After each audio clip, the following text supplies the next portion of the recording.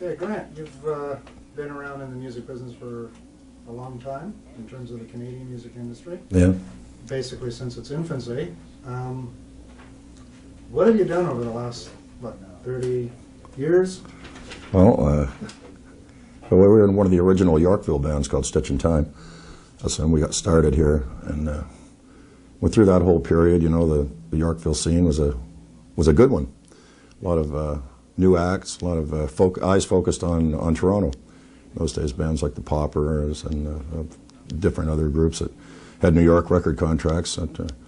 Anyway, we were a five-man band, 5 vocals, and we had a couple of chart hits. And then I got a call from Skip Prokop, who was forming a new band called Lighthouse. So he said he wanted me to play bass in that, which I didn't do, but I said, yeah, sure, well, we'll go for that. And so I was the bass player on 3 Lighthouse albums. So we really got to explore things with Lighthouse. You know, we got to do the tail end of the big pop festivals, you know, the 80,000 people pop festivals at the big racetracks, and we played with, and this is not crap, but we did. We played with Zeppelin, we played with Santana, and we played with Creedence, and we played with the band, and on these big shows. You know, I mean, we weren't the only ones. But, all these venues like Atlantic City and Monterey Jazz Festival, Boston Jazz Festival, and big pop festivals. So that was a great thing. And then I got stupid and quit. Formed my own bands, a whole succession of my own bands. And the most notable of that, I guess, would be Mad Cats. We had a couple of albums with Mad Cats and a couple of American record deals there. But it just got, after 25 years on the road, just got a little bit too much. And that's when I decided to kind of settle down and open up a bar. And that's where I am now. So tell us a little bit about the bar. What made you decide to get into a bar of all the possibilities? Well, I don't know. I was just, I moved to this town, I moved to Stouffville, and been there 10 years now, and I saw this place on the main street, and I knew it was closed, but I knew it had a liquor license, so I started to look into it, and got some money together, and opened it up, and it's still in business after 6 years. So, as you know, you've been there many times, and we showcase a lot of music there, four nights a week, and we have, I think, pretty darn good jam sessions there with top caliber musicians and you know, guys like Danny Marks and Mike McKenna and all kinds of guys from the old school and the new school play there, and the audience is great there. They play for no money, but they get stroked. Any really outstanding moments over that career? Oh yeah, well probably playing Carnegie Hall would be the big one. I think that was we did that twice, but I mean, you play Carnegie Hall, you know, that's practice. Yeah, that was a big deal. That was a big deal. But all those pop festivals, Monterey, that was a real eye opener. That was, you know, in California and the whole California deal. So lots of excitement there. Different way of life out there, especially back in those days.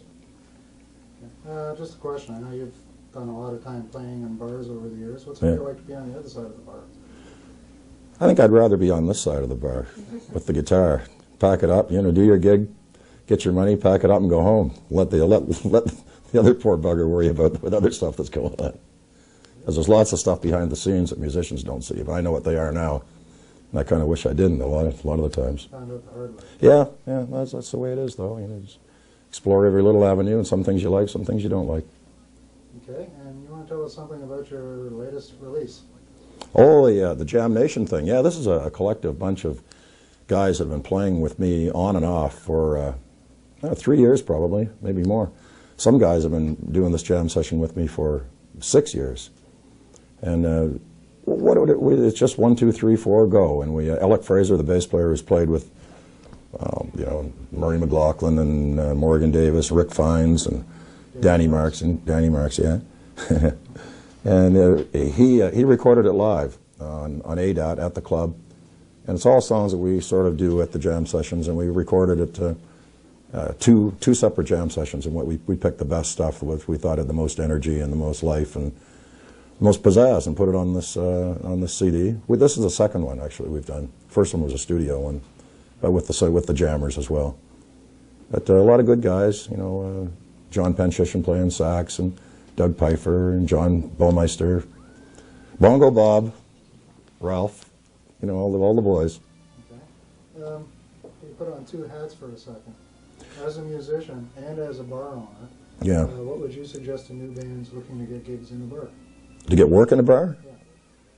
Well, unfortunately, what I've found, I hate to say this, but bar owners are looking for bands that play popular music. And, you know, you have to write your own stuff to get ahead. But, you know, it's a shame to say it, but people don't necessarily want to hear it. You know, they want to hear what they know. And I fought against that for years, but you can only fight so long and have no money in your pocket. So you have to play the game. I guess you have to do your original material and record that on the side, and do your Stevie Ray Vaughan stuff at night, you know, and make some money. It's a shame, but that's the way it is in this province. Look at the bands that are doing anything. They're all cover bands. They're all tribute to this, tribute to that, blah, blah, blah, on and on. But you keep doing that stuff, you can't get anywhere. You have to record your own stuff. So it's a catch-22. Yeah, I want to ask you, where do we find Fullertons in Stouffville? Oh, 6211 Main Street. If you can find Stouffville, you can find Fullerton's. It's right at the new train station, right across the street. The railway tracks. Once you hit the railway tracks, stop because there might be a train, but then you can just make a right and pull right into the driveway. Okay, 6211 Main Street? 6211 Main Street, Stouffville. Good food, good music, good friends. Great food. Yeah, not bad. Great music. Yeah, Good friends. yeah. The music I pride ourselves on that. Yeah, do you have a phone number for the bar if anybody would like to inquire from out of town? Do what? Do you have a phone number for the bar? Oh, a phone number. No, we don't have a phone. No, yeah, we do. It's 905-642-5360. Okay. Yeah. So if you want to phone and find out what's happening, there's always something going on. Always bands that you wouldn't expect to be there, like Goddo's played there, or the Good Brothers are coming there, January 22nd. Desperado, all kinds of bands. And it's a small place, but we sell 100 tickets and then we lock the doors. That's the way it is.